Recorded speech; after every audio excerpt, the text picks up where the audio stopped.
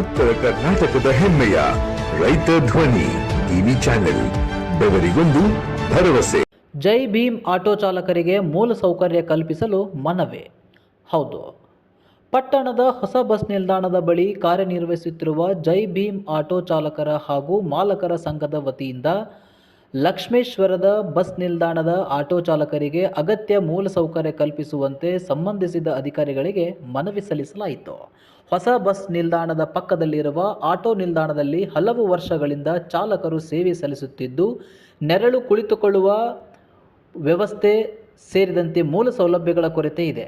ಮಳೆ, ಗಾಳಿ ಹಾಗೂ ಬಿಸಿಲಿನ ನಡುವೆಯೂ ಪ್ರಯಾಣಿಕರ ಸೇವೆ ಸಲ್ಲಿಸುತ್ತಿರುವ ಚಾಲಕರ ಅನುಕೂಲಕ್ಕಾಗಿ ಸೂಕ್ತ ಸೌಲಭ್ಯಗಳನ್ನು ಕಲ್ಪಿಸಬೇಕು ಎಂದು ಸಂಘದ ಪದಾಧಿಕಾರಿಗಳು ಒತ್ತಾಯಿಸಿದರು.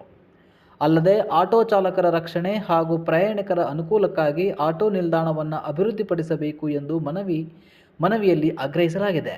ಈ ಸಂದರ್ಭದಲ್ಲಿ ಸಂಘದ ಪದಾಧಿಕಾರಿಗಳು ಹಾಗೂ ಆಟೋ ಚಾಲಕರು ಉಪಸ್ಥಿತರಿದ್ದರು.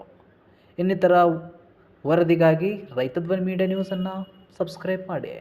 ನಾನು ಶಶಾಂಕ್ ಕಾರ್ಗೆ.